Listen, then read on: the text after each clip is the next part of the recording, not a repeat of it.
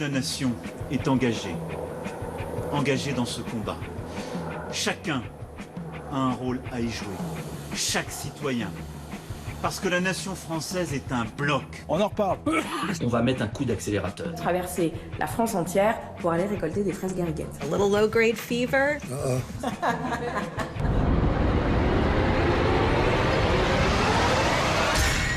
Bonsoir et bienvenue, nous sommes le jeudi 26 mars 2020, dispositif maxi confinement. Tout le monde est à la maison et voici l'équipe du jour. Plan large sur le plateau, s'il vous plaît. Voilà, on est deux. Salut Julien, Salut je Yann. suis ici pour m'empêcher de tomber dans la dépression. Ouais, Donc, t'inquiète merci pas, beaucoup compte d'être sur là.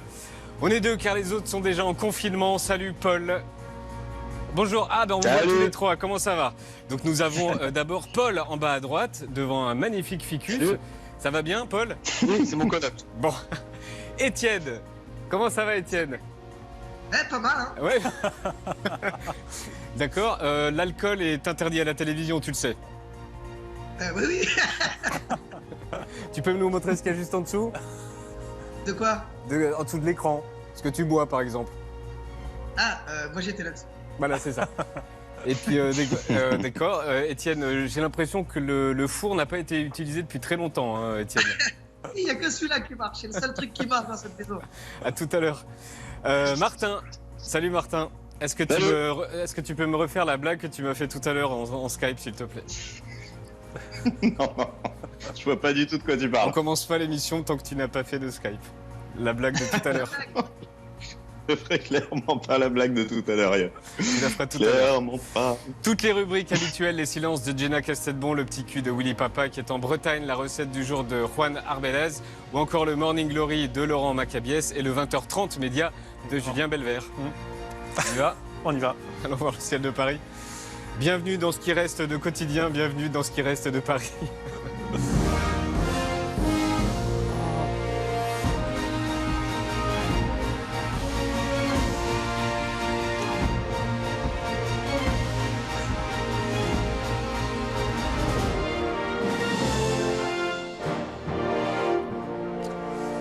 Audience encore une fois énorme pour l'allocution d'Emmanuel Macron hier soir vers 20h. Julien, il y avait 24 millions de personnes. 24 millions de personnes, 8 personnes sur 10 qui qui regardaient la télé, ont regardé l'intervention. Grosse audience, certainement à la hauteur de l'anxiété de la population. Allocution depuis Mulhouse. Bien. Alors vous avez vu ça. Nous, on a aussi retenu ce qui s'est passé juste avant que le président n'arrive et cette préparation surréaliste de ce pupitre installé au milieu de l'hôpital de campagne de Mulhouse. Il faut encore baisser, on verra plus derrière. Largement, ouais. Décale encore un peu. Décale. Regarde, ça vous va, les gars? On voit pas beaucoup la tombe derrière. Mais si, regarde, mais tu captes pas s'il est là. Juste pour le test. Pour le test, oui. Il y aura toujours le plan serré de la Allez, ici. Oui. Comment tu vas couper ses bras, là? Ouais, c'est vrai. Je sais pas comment elle bouge. Est-ce que tu peux... Après, c'est dans combien de temps? Il y aura personne dans le champ, il y aura que la... Hein? Elle libérera le champ. Voilà. Il y a l'adresse, il n'y a plus de... Bon, bah, 20 mètres de colère, alors.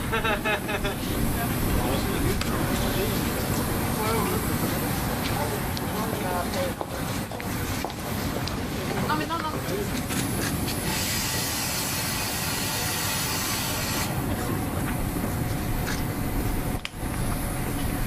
Bien.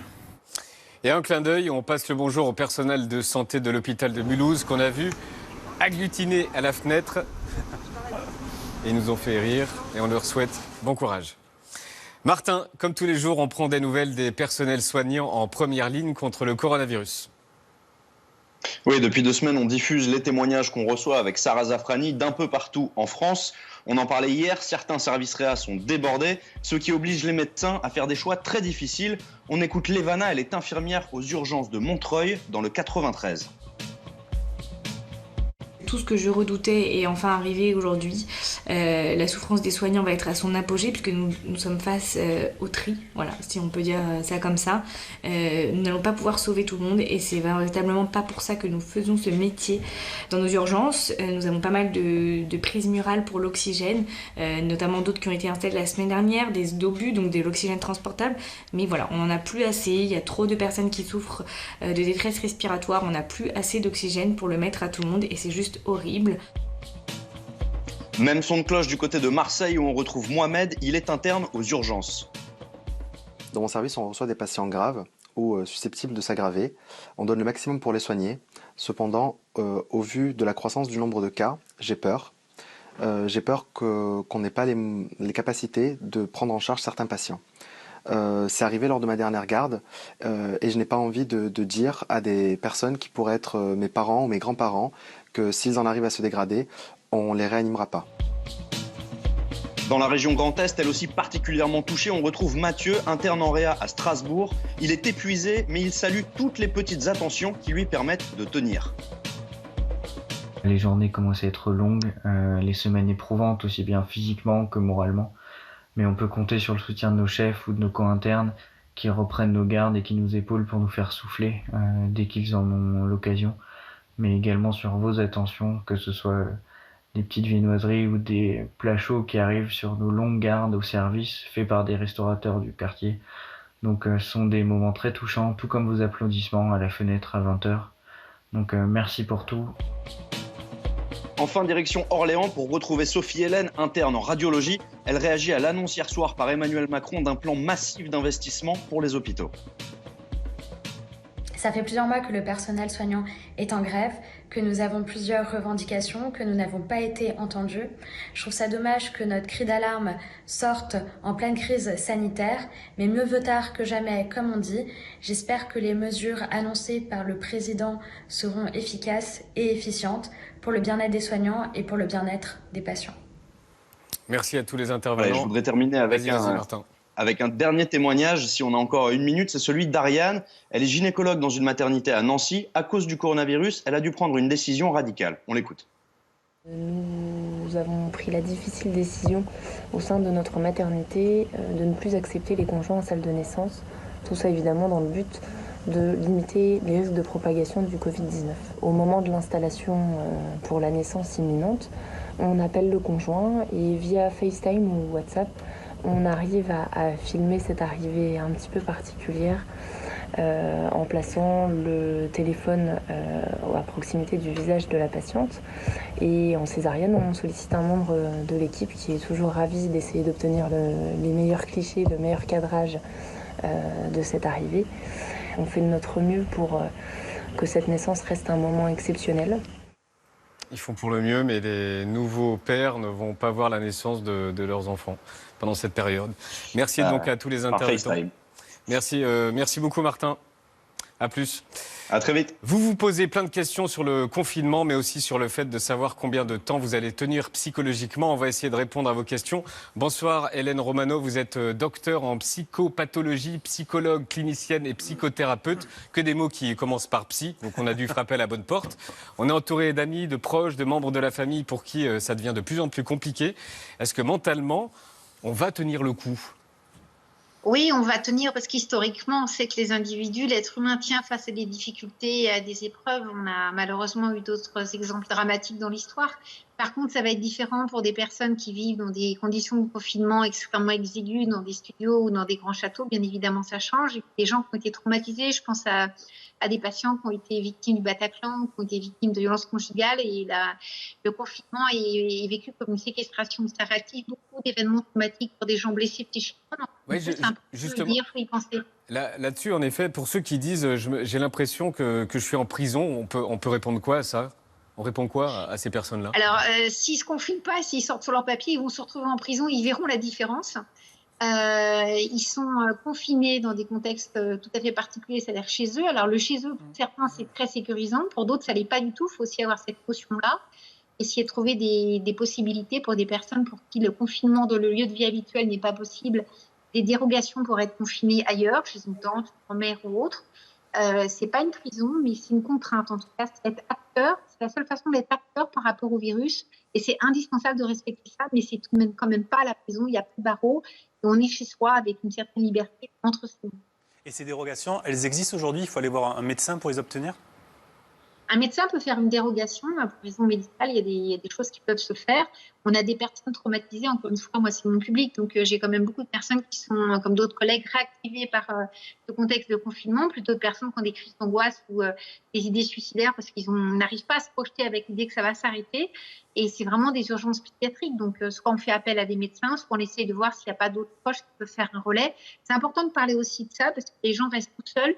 Et plus ils vont mal, moins ils ont tendance à appeler les autres et à appeler à l'aide. Donc, c'est aussi important de leur dire que si ça leur arrive, ils vous regardent, s'ils ne sont pas tout seuls, il faut pouvoir en parler. Après, vous dites qu'il faut parler, mais même pour nous, enfin, en tout cas pour moi, quand on parle à d'autres personnes qui, eux aussi, sont en confinement, on n'a pas grand-chose à se dire, en fait. Alors, on n'a pas grand-chose à se dire, mais on se parle quand même. Le pire, c'est que certaines fois, on arrive à calmer son stress, on va parler à quelqu'un d'autre d'anxieux pour être contaminé par son propre camarade ou son propre conjoint, ce qui peut être compliqué. Se parler, c'est mettre du sens, mettre des mots, expliquer, pas être tout seul. Ça, c'est quand même très important. Mais les gens qui sont tout seuls ont aussi un moment particulier lors du confinement, c'est de réfléchir sur qui ils sont, prendre soin de soi et se parler à soi-même. Alors, ça peut paraître étonnant, mais ça va être un temps aussi important en termes de créativité personnelle, ce confinement, de mieux se connaître et de mieux connaître l'autre. Alors, peut-être qu'il y aura beaucoup de bébés après le confinement, beaucoup de séparations, mais ça va être probablement un autre mode de fonctionnement relationnel les uns avec les autres, qu'on soit côte à côte ou qu'on soit à distance via téléphone ou via les réseaux. Et ce que je trouve personnellement aussi difficile à intégrer, c'est le fait qu'il n'y ait pas de date butoir, de date de fin, il n'y a pas d'échéance. Comment aider le cerveau à gérer justement cet inconnu? Ça, c'est extrêmement compliqué de ne pas avoir de date. Si vous parliez de la prison, souvent on sait pour combien de temps on en prend. Là, on ne sait pas pour combien de temps. On sait tout de même que c'est pour une question de semaine. On n'est pas confiné à vie. Il peut y avoir une catastrophe naturelle qui fait qu'on serait confiné à vie. Personne n'en a parlé, mais ça aurait pu être le cas. On sait que c'est une question de semaines, mais qu'à l'issue de ces semaines-là, alors 1 mois, 2 mois, mais on a vu à l'étranger, ça n'a pas été au-delà de 2 mois, le confinement aura une fin. Le fait de se projeter dans le temps, le fait de s'organiser un planning, c'est aussi ça qui aide à tenir psychiquement, parce que le traumatisme, c'est quelque chose qui fige le temps. Donc arriver à se projeter dans le temps, c'est aussi sortir de cet état traumatique qu'est le confinement, parce que le confinement, c'est symboliquement aussi une période de deuil. Il y a beaucoup de pertes de repères, d'habitudes, et des gens qui ont été endeuillés peuvent être aussi très angoissés. Et on voit beaucoup d'angoisse de mort par rapport aux gens qui appellent les plateformes téléphoniques, qui sont très présentes et qui ne sont pas forcément raisonnables ni raisonnées, mais c'est lié aux histoires de chacun. Le confinement est vécu différemment si vous avez eu une vie simple, si vous avez une vie épanouie avec un conjoint ou si vous avez eu une vie difficile avec déjà des épreuves. Alors justement, sur la relation, comment on gère les disputes? Par exemple, ce matin sur BFM, question d'une téléspectatrice. « Bonjour, je suis mariée depuis 2 ans, j'aime passionnément mon mari, mais au bout de 10 jours de confinement, j'ai l'impression qu'on pourrait divorcer pour du sel. » Comment on gère des disputes? Parce qu'on peut se disputer sur du sel. Alors, on pourrait dire à Inès qu'elle est tout à fait dans la norme, entre guillemets, statistiquement, c'est-à-dire qu'en contexte de confinement, les qualités deviennent très vite des défauts. Un petit conseil, on n'attend pas que ce soit trop rapidement possible. On apprend à développer ce qu'on appelle les modalités de comportement de violence non verbale. On se parle, on se dit des choses en disant j'ai l'impression que, au lieu de dire t'es pénible, j'ai l'impression que je te trouve. On réapprend à mettre du jeu. Et le jeu JE, ça permet de créer de l'intersubjectivité entre moi et l'autre. Alors, c'est des mots qui n'ont l'air de rien, mais qui changent vraiment le mode de communication. On ne va pas capter son conjoint avec des mots très, très violents, mais on va plutôt lui faire part de ses émotions. On utilise qu'on ressent un peu comme levier dans la relation. Et surtout, on dit tout de suite les choses pour éviter que ça devienne un poison relationnel. D'accord, donc si je retiens bien, c'est pas t'es pénible, mais j'ai l'impression que tu m'agaces. En gros, voilà, c'est ça. Ou alors on répond à Martin vis-à-vis de son petit message d'avant. Je voudrais quelques explications, je ne suis pas sûre d'avoir bien compris. D'accord, très bien. Merci beaucoup. Hélène Romano, vous êtes docteure en psychopathologie, psychologue clinicienne et psychothérapeute. Désolé, il y avait des petits problèmes de son. Merci beaucoup Hélène, à bientôt. On se retrouve dans quelques minutes. Ouais, on continue tout de suite.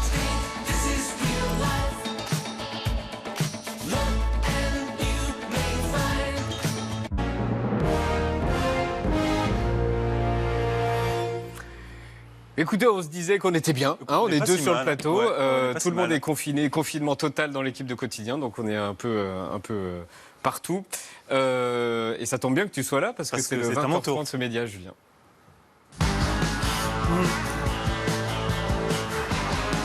Le tour du monde des médias. Oui, on commence par... les lancements n'ont pas changé. De plus en plus court. On commence par les États-Unis. Je t'en parle depuis 2 jours. La situation empire chaque heure. Mais Donald Trump est toujours décidé à ne pas laisser le confinement s'éterniser pour sauver l'économie du pays. Nouvel exemple hier lors du briefing quotidien. There are large sections of our country probably can go back much sooner than other sections. We want to get everybody back working. Toutes les déclarations de Trump sur le coronavirus sont passées à la moulinette des médias avant-hier. Il disait vouloir des églises pleines à Pâques. Le Daily News le met à sa une avec des oreilles de lapin. Plus sérieusement, c'est le New York Times qui a mis le président face à ses contradictions avec cette infographie. Elle permet de voir que plus le confinement sera long, plus la courbe des infections et des décès baissera. Mais si on écoute Trump avec des églises pleines à Pâques dans 15 jours, c'est la catastrophe. 128 millions d'Américains pourraient être infectés. Et il y en a un qui a décidé de profiter des faiblesses de Trump sur le coronavirus. C'est Joe Biden. Il vient de mettre en ligne cette pub qui atomise le président. We have it totally under control. It's one person coming in from China. What do you say to Americans who are watching you right now who are scared? I say that you're a terrible reporter. That's what I say. But remember, we inherited a broken, obsolete system. Aux États-Unis, la campagne continue, donc Joe Biden est confiné chez lui où il a carrément installé un pupitre dans son salon pour ses discours à la nation et où il répond à tous les journalistes. Have you been tested for the coronavirus? No, I have not been tested for the coronavirus. I've had, thank God, no symptoms that I'm aware of. Excuse me. You know, you're supposed to cough into your elbow. I don't know. I'm doing fine, thank you. And I think we've been... Public, but first in this crisis, I'd like... spoke earlier, he's talking... Joe Biden tousse et le personnel de santé s'étrangle face au manque de moyens. Cette une du New York Post est hallucinante. On voit des soignants obligés de se protéger à l'aide de sacs poubelles.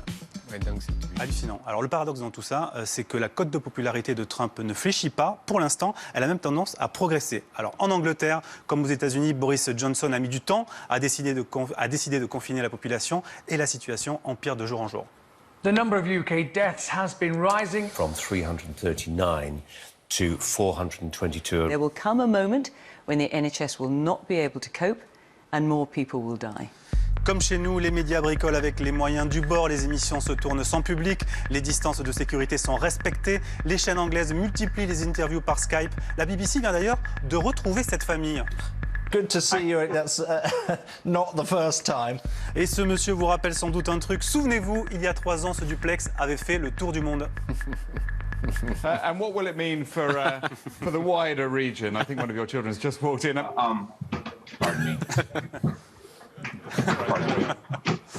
My apologies. Les livres qui tombent. Ça va durer très longtemps. What's this going to mean for the region? Hop, elle va revenir fermer la porte. South Korea. Et ce correspondant de la BBC en Corée du Sud est donc confiné avec sa famille et sa fille est toujours aussi agitée. How do you cope? At first, it's very difficult to stay in the house very long time. So people a little bit short time playground.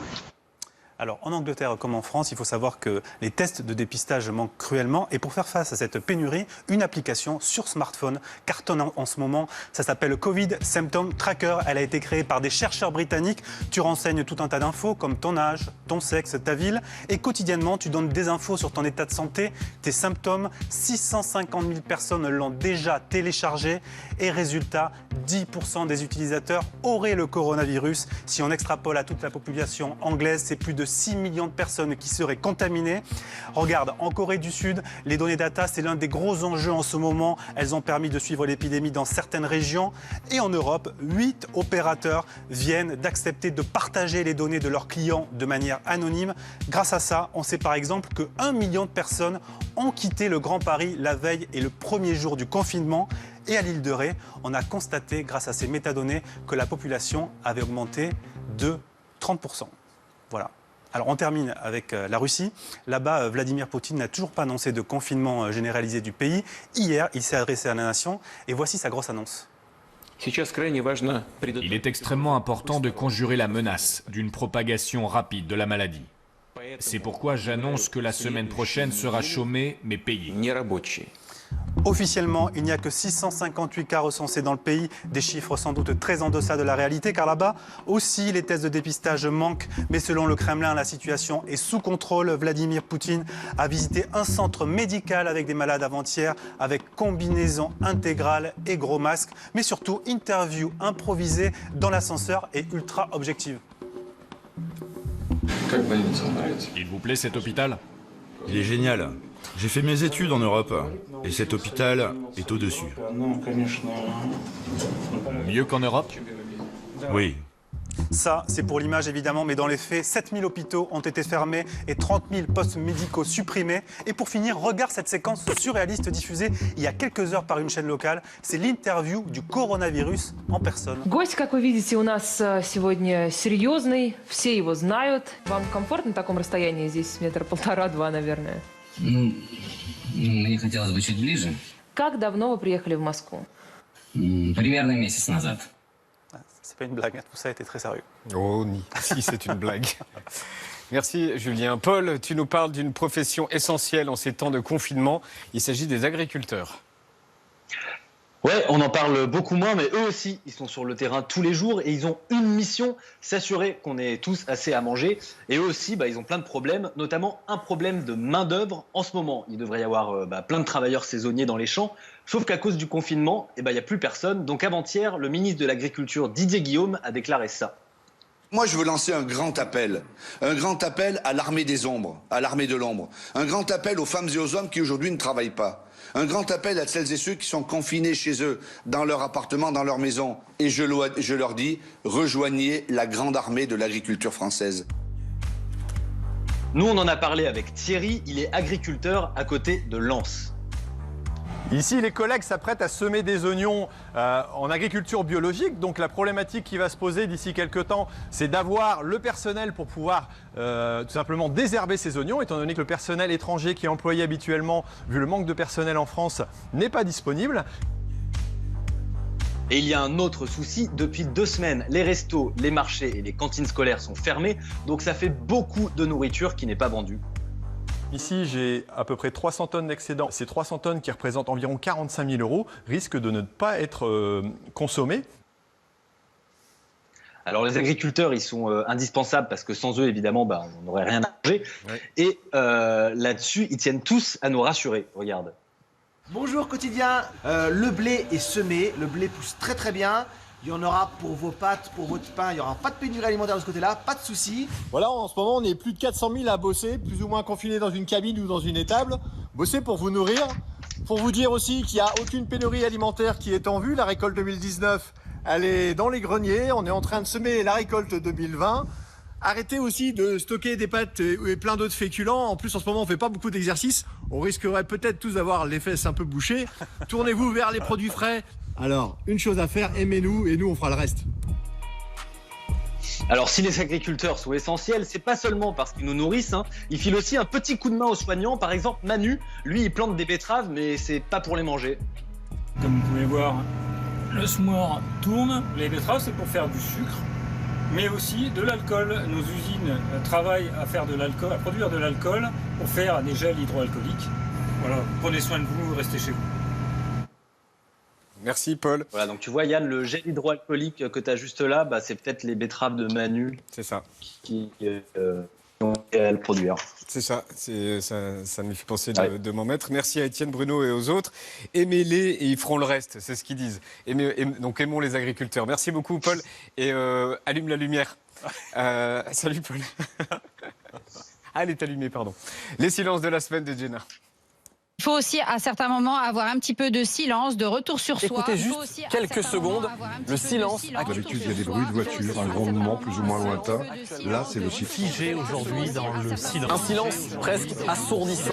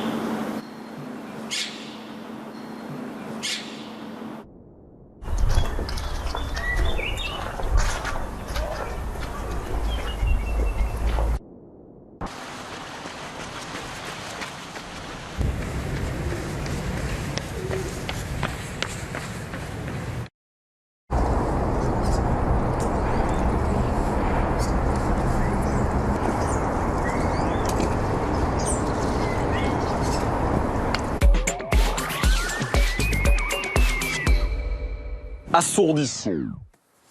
Merci Jenna. Je crois que je peux dire que nous allons maintenant parler avec le plus grand spécialiste du confinement au monde. Bonsoir Thomas Pesquet, comment allez-vous?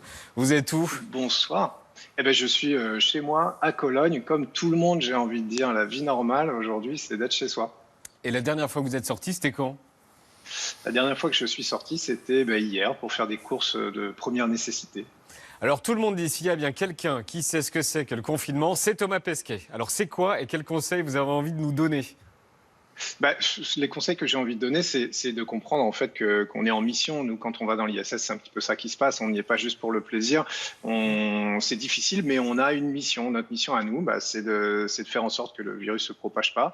Tout le monde a la même. La tâche, elle est très simple, c'est de rester chez soi. Et puis c'est aussi de faire confiance aux milliers de personnes qui, eux, sortent et puis vont se battre en première ligne. De la même manière que quand nous, on est dans l'ISS, on est obligé de faire confiance à tous les gens qui viennent travailler en centre de contrôle et tous les ingénieurs qui font en sorte que ça se passe bien. Donc il y a beaucoup de confiance à avoir. Et puis surtout, comprendre qu'on a un but. C'est pas juste quelque chose qui a été décidé comme ça. Il y a vraiment une mission à réaliser. Et c'est quoi votre but du coup chez vous à la maison? Moi, mon but ici, c'est d'abord, en fait, quelque part, d'essayer de profiter un peu de ce temps-là. Je sais qu'il y a des gens qui sont dans des situations difficiles, il y a des gens qui ont des grandes maisons. Moi, je suis un peu entre les deux. J'ai un appartement normal, on va dire, mais je bosse beaucoup. J'essaie de m'occuper, de me donner de la structure. En fait, c'est important. C'est important de pas se laisser aller, de se forcer. Encore une fois, les choses, elles se font pas toutes seules. Mais voilà, il faut contacter ses amis, il faut se donner une structure, quelque chose de régulier, et puis tous les jours un petit but. Et c'est comme ça que ça avance. L'isolement et l'éloignement, c'est deux sentiments que vous connaissez bien. Comment on parvient à ce que ça ne bouffe pas la tête, ces deux sentiments-là? Il faut maintenir un lien, en fait. Et c'est la chance qu'on a eue dans la station spatiale, c'est de pouvoir appeler ses proches, c'est d'avoir aussi des moyens de communication à distance, que ce soit par Skype ou l'équivalent ou par téléphone. Avant, c'était pas le cas. Dans la station Mir, les gars, ils partaient 6 mois, ils parlaient pas à leur famille du tout pendant 6 mois. Il y avait vraiment de quoi devenir fou. Quand ils revenaient, ça devait être quand même assez difficile. Nous, par rapport à ça, c'est vraiment similaire à ce que les gens peuvent vivre aujourd'hui. On prend notre téléphone, on appelle, et puis du coup, j'essaie d'en profiter pour appeler les gens que j'ai pas le temps d'appeler d'habitude. Peut-être un peu prendre le temps de faire les choses qu'on n'a pas le temps. On se plaint toujours de manquer de temps, peut-être que pour une fois, on l'a. Après, vous dites aussi, c'est comme si on était tous en mission dans l'espace, en fait. Mais en fait, dans l'espace, vous avez quand même des activités. Oui, bien sûr. Ouais, dans l'espace, on est... En fait, c'est une des choses qui permet de ne pas voir le temps passer, parce que sinon, effectivement, la station spatiale, si on n'a pas de travail, c'est une prison avec une très belle vue, on est bien d'accord. C'est le manque total de liberté. Mais ce qui nous sauve, en fait, c'est le travail. C'est vraiment d'avoir du soir au matin des trucs à faire, et puis d'avoir un but et d'être motivé vers un but. Donc, il faut essayer de recréer ça chez soi. Je ne sais pas, il faut... Alors, les gens qui ont des enfants, évidemment, tout ça, ça leur occupe une grande partie du temps. Les gens qui font du télétravail, ils ont leur travail de d'habitude. Mais en plus de ça, il faut peut-être se donner des buts, et puis se mettre quelque chose dans le viseur, et de se dire, voilà, mon objectif aujourd'hui, c'est ça. Mon objectif pour la semaine, c'est ça. Mon objectif pour le confinement entier, c'est ça. Et puis voilà, ça va passer peut-être plus vite que ce qu'on pensait. Moi, je retiendrai ça, avoir un but. Est-ce que vous êtes prêts pour votre playlist? La playlist de confinement de Thomas Pesquet.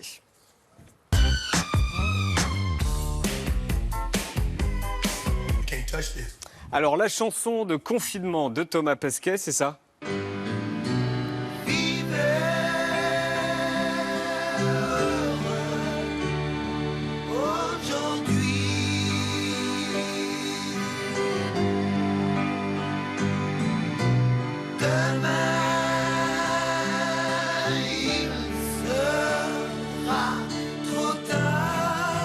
Aujourd'hui, car demain, il sera trop tard.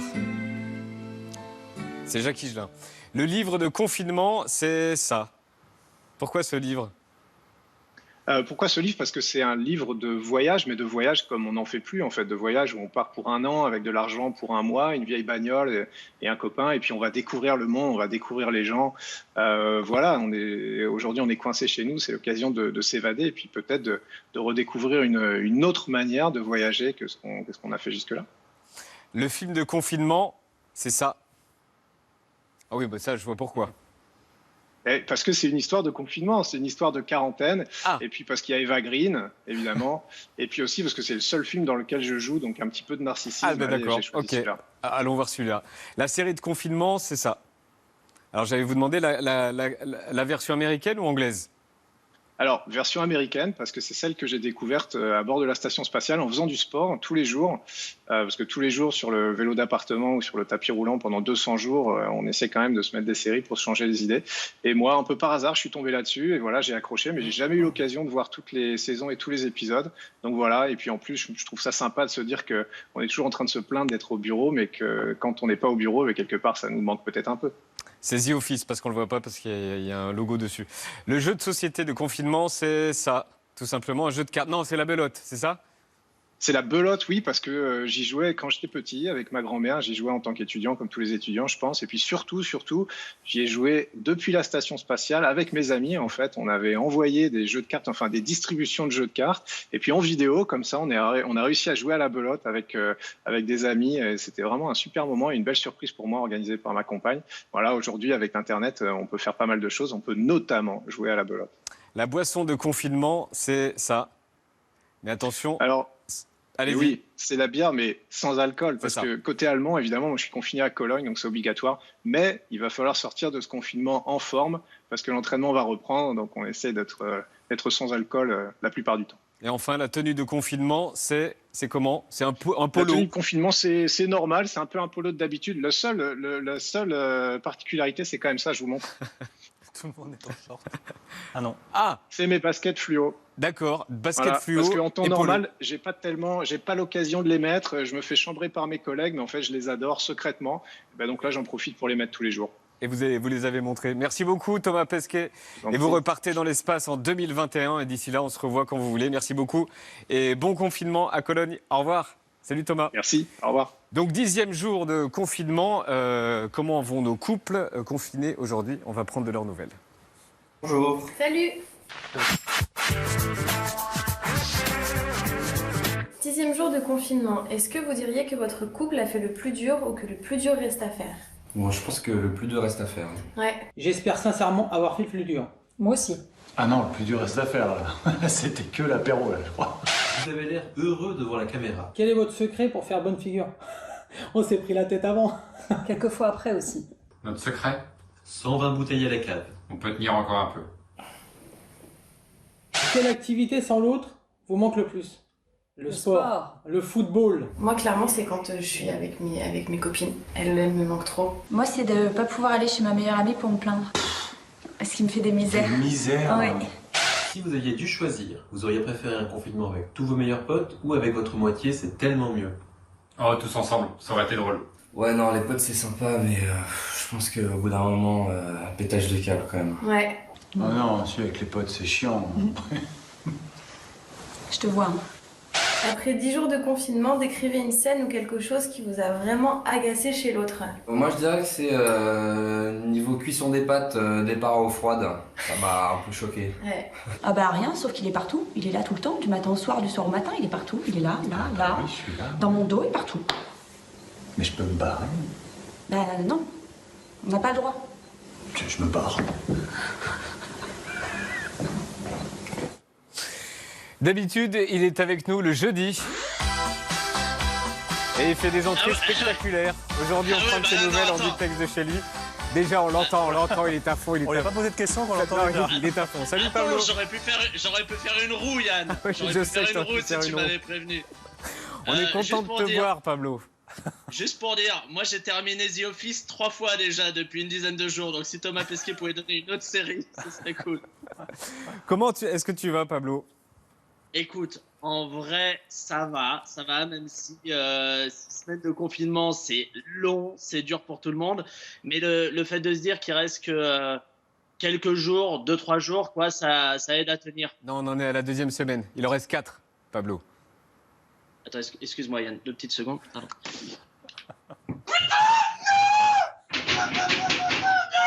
Putain! Ça va, Pablo? Ouais, j'avais une punaise qu'il fallait que je vérifie au niveau du mur. Ça va, toi? Tu fais quoi pour occuper tes journées? Bah écoute, une chose est sûre, c'est que j'ai pas le temps de m'ennuyer. Moi, ce que je fais des petites expériences. Par exemple, est-ce que tu savais, Yann, je suis sûr que tu savais pas, que dans un rouleau de PQ en moyenne, il y a 367 feuilles. Et ça, tu savais pas. Non, j'avoue, non. Est-ce que tu savais pas, non plus, Julien Belvert, tu savais pas que quand tu n'as plus de PQ à la maison, eh ben, tu peux utiliser 30 pages de valeur actuelle. Et ça, on ne savait pas. Ça fait un peu mal, hein. C'est vrai. Qu'est-ce que tu fais d'autre? Classique, hein, j'essaye de faire un peu de sport, tu vois. Par exemple, hier, j'ai fait 2 heures de FIFA sur PlayStation. Ah oui, bah oui. Et puis après, alors ça c'est en vrai c'est la bonne nouvelle dans la mauvaise nouvelle, c'est que j'ai pu attaquer mon premier roman. Ça fait longtemps que je voulais le faire. J'en suis au premier chapitre. Je te montre un petit extrait, regarde. Je sais pas si tu vois. Bon, il faut que je bosse encore un petit peu les personnages et l'intrigue, mais c'est prometteur. 3 mots pour résumer ton confinement. 3. Allez, premier. Alors c'est 3 mots que j'ai marqués sur un post-it pour pas les oublier quand je sortirai. Regarde, c'est ça. Je sais pas si tu vois. Encore 10 packs de PQ. Ok, acheter 10 PQ. Ok. Ouais. Comment est-ce que tu gardes le moral, Pablo? Tu sais, Thomas Pesquet, il a dit tout à l'heure qu'il fallait structurer sa journée. Avoir un but. Il faut un but. Et moi, ma structure, c'est que je commence ma journée déjà Attends. Non, en vrai, plus sérieusement, je commence avec 15 minutes de méditation tous les matins. Et ça, c'est la première chose. Et dès que j'ai terminé ma méditation, j'attaque une séance de 6 heures d'alcool. Ça, c'est la deuxième chose. Et après, il y a les voisins. Il faut échanger avec eux, il faut garder du lien social. Alors, avec la distanciation sociale, c'est compliqué. Donc, moi, je me mets au balcon, je dis à mon voisin ce que j'ai fait de ma journée, comment je vais, ce que j'ai prévu de faire. Et lui, il me dit des choses comme ta gueule, tu vas l'appeler, on va appeler la police, quoi. Qu'est-ce qui t'a fait rire depuis le début du confinement? Alors, bon, moi, il y a un truc qui m'a fait rire, mais j'imagine c'est comme toute la France, c'est la barbe d'Édouard Philippe. Je pense qu'il a des mythes et qu'il devrait mettre des petites boules de naphtaline dedans. Mais plus sérieusement, Yann, il y a un truc, c'est qu'il y a plein de collègues humoristes qui sont en train de se décarcasser pour continuer à faire des blagues et à faire rire les gens. Là, je pense aux copains de France Inter, Charline Vanhoenacker, Alex Vizorek, Guillaume Meurice, qui continuent leur émission par Jupiter, qu'ils ont appelé par Jupidémie, et ils le font à distance. C'est très, très compliqué de produire une émission de radio à distance. Et sinon, sur Internet... une émission de télé. Ouais, ça se voit sur les cheveux. Et puis, il y a plein d'autres gens sur Internet qui font des chouettes choses. Il y a Hakim Gemili, Laura Felpin, Tristan Lopin, il y a Camille Lelouch. C'est des gens qui continuent un peu à se battre pour essayer de faire rire les gens avec les moyens du bord, et c'est pas facile. Est-ce que tu as un message à faire passer? Ouais. Message, c'est le message que tout le monde connaît. Hein. Non, c'est le message qu'on entend en boucle, mais ça vaut le coup de le répéter. C'est évidemment courage à tout le personnel soignant, les médecins et les infirmiers, les infirmières qui ont énormément de travail en ce moment. Mais surtout aussi bon courage à mon psy qui va en avoir encore plus du travail à la sortie du confinement. Cœur sur lui. Oh oui. Merci beaucoup, Pablo. On se parle très vite. On t'embrasse. Le chef Juan Arbelez nous donne tous les jours une recette super simple à faire en confinement. Ça dure 1 minute. Hier, on a appris à se faire un bon petit-déj. Ça avait l'air super bon hier. Quelle sera la recette du jour? Salut les amis du quotidien, salut Yann, salut toute la team. Bon, je sais que vous travaillez comme des fous, mais j'espère que cette recette, vous allez quand même la faire ce week-end parce qu'elle est délicieuse et en plus les gamins, ils adorent. Martin, s'il te plaît, j'espère te voir la faire. Et oui les amis, la recette c'est des cookies. Pour faire des bons cookies, il va nous falloir 2 cuillères à soupe de miel, de fleur de sel, demi-tasse de sucre, un œuf, 250 g de chocolat et de levure chimique, 1/4 de tasse d'huile d'olive, 160 g de farine, 60 g de beurre. Puis fondre le miel dans le micro-ondes. Beurre bien ramolli, le sucre et on mélange le tout. Un demi-paquet de levure boulangère. Faites bien. Et on mélange le tout avec les mains. Là, ça part au frigo pendant 30 minutes. Après 30 minutes, notre pâte est là bien reposée. Je l'espace d'à peu près 5 à 6 cm. 180, chaleur tournante. Peu de fleur de sel. Arrivederci. Petit peu de fleur de sel pour que ça éclate et on est bon. Je vous ai fait des cookies, c'est parce que si j'avais fait des betteraves, les enfants m'auraient pas aimé. Donc voilà les cookies, le problème c'est que... Arrêtez! C'est que dès qu'on les fait, ils partent trop vite. Merci beaucoup Juan. Martin, Est-ce qu'on peut se faire une promesse la prochaine fois qu'on se voit, tu vois, il y a Juan qui te parle, tu auras fait des cookies, au moins un truc, une des recettes de Juan. Bah, c'est de pire en pire parce qu'à chaque fois je regarde, en fait j'aurais dû faire la première recette dès le début. C'était genre une soupe à la salade avec un oignon. Mais fais là ça maintenant si faut tu faire veux. des cookies. Ouais, bah, ou des cookies, c'est super simple aussi les cookies. Ok, tape là. Non, de l'autre côté. Ouais. Ah ouais. De l'autre côté. L'autre côté, voilà là. Tchac, tchac. Ok. Ouais. Ok. Ouais. On mangera tes bien. cookies. Tous les jours, Laurent Macabiès, Clément Savafour et Antoine Suzarelli regardent pour vous toutes les images que l'on reçoit. Le Morning Glory, toujours sponsorisé par Hollywood.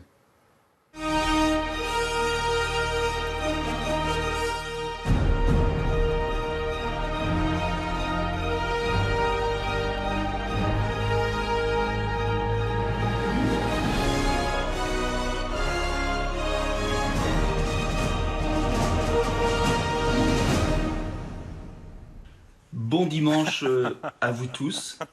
On voit, en prenant un peu de recul, l'accélération incroyable des événements. Et si nous étions aux affaires, nous dirions... Ah mince, on a perdu la connexion avec Hollywood.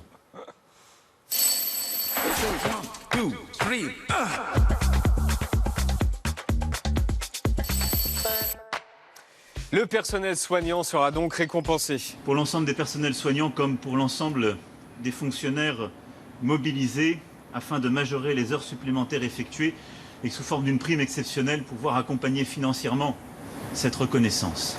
La fonction des matinales est d'affiner tout ça et l'interlocutrice parfaite, c'est... Sibeth Ndiaye, vous êtes avec nous, merci.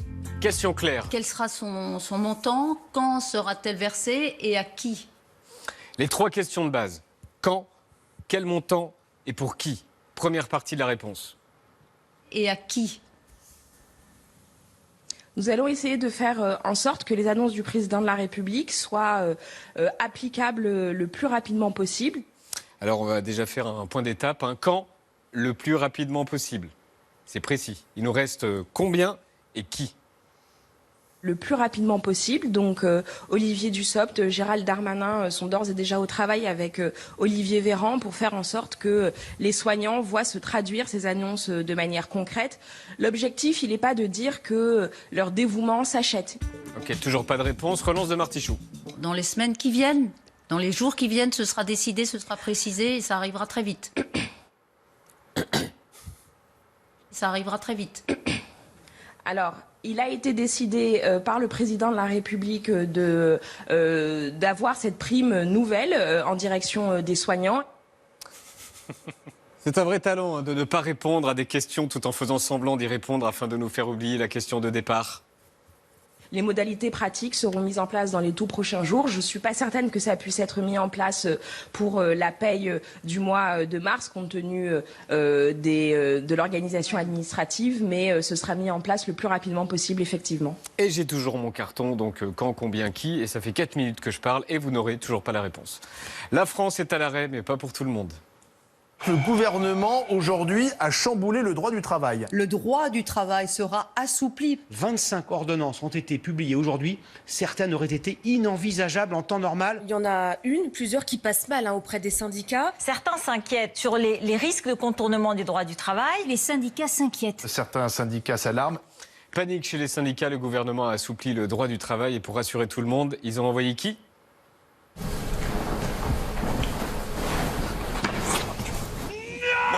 Non, pas la ministre qu'on comprend pas.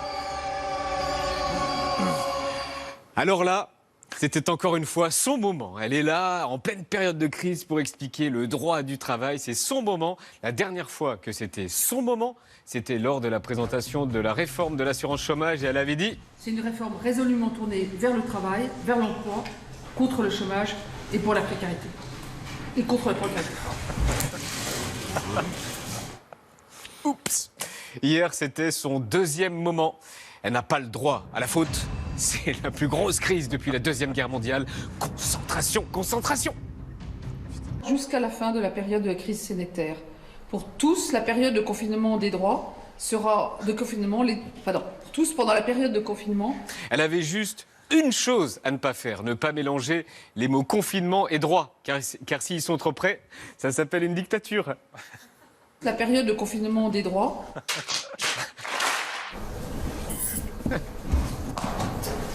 Merci beaucoup, Madame la Ministre. Et enfin, hier, notre sourire est venu de ce prêtre qui fait ses messes pour ses fidèles sur Facebook, mais qui ne sait pas gérer donc les filtres Facebook. Eh bien, on pense que, en fait, les prêtres, en général, ne savent pas gérer les filtres.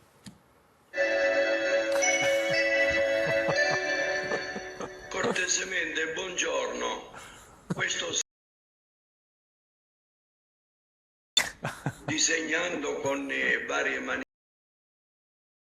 una persona che ha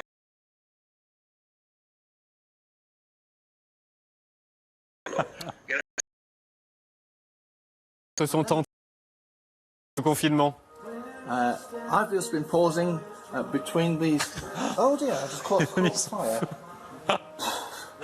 Oh my word. Surveillez les prêtres, à surveiller. Depuis la Bretagne, le petit cul, Willy Papa.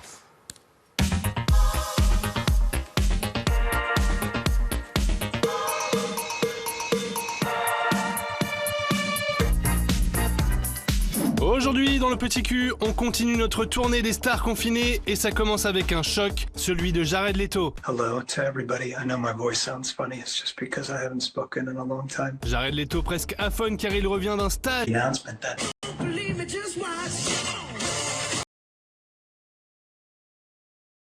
Obligées de gérer elles-mêmes leurs cheveux avec accident de tondeuse pour Pink. When I drink, I get really, really brilliant ideas. And last night, I got an idea. I can cut hair. I can totally cut hair. Why have I been paying people all this time? Look what I did. What do you think? Eh bah c'est réussi. Et comme nous, les stars flippent pour leur boulot avec la chanteuse Dua Lipa en craquage sur Instagram.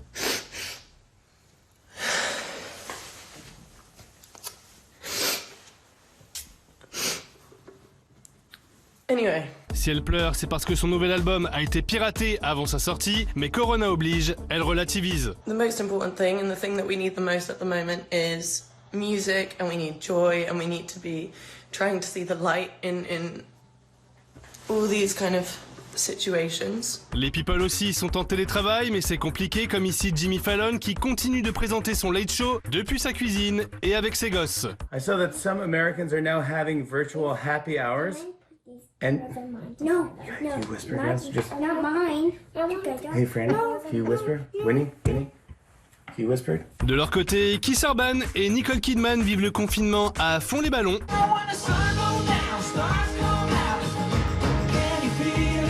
Fan number one de son mari, Nicole est devenue assistante guitare. Leur concert maison est dédié au personnel soignant. We are right here with you and we thank you from the bottom of our heart. La star du R&B, Jason Derulo, lui s'est pris au jeu des tutos muscu, mais notre petit de nous dit qu'il aura besoin d'un bon kiné à la fin du confinement. Looking like a star. Ooh, her name is Jenny. Ooh, bitch don't have no panties. Ooh, I'm Steph Curry.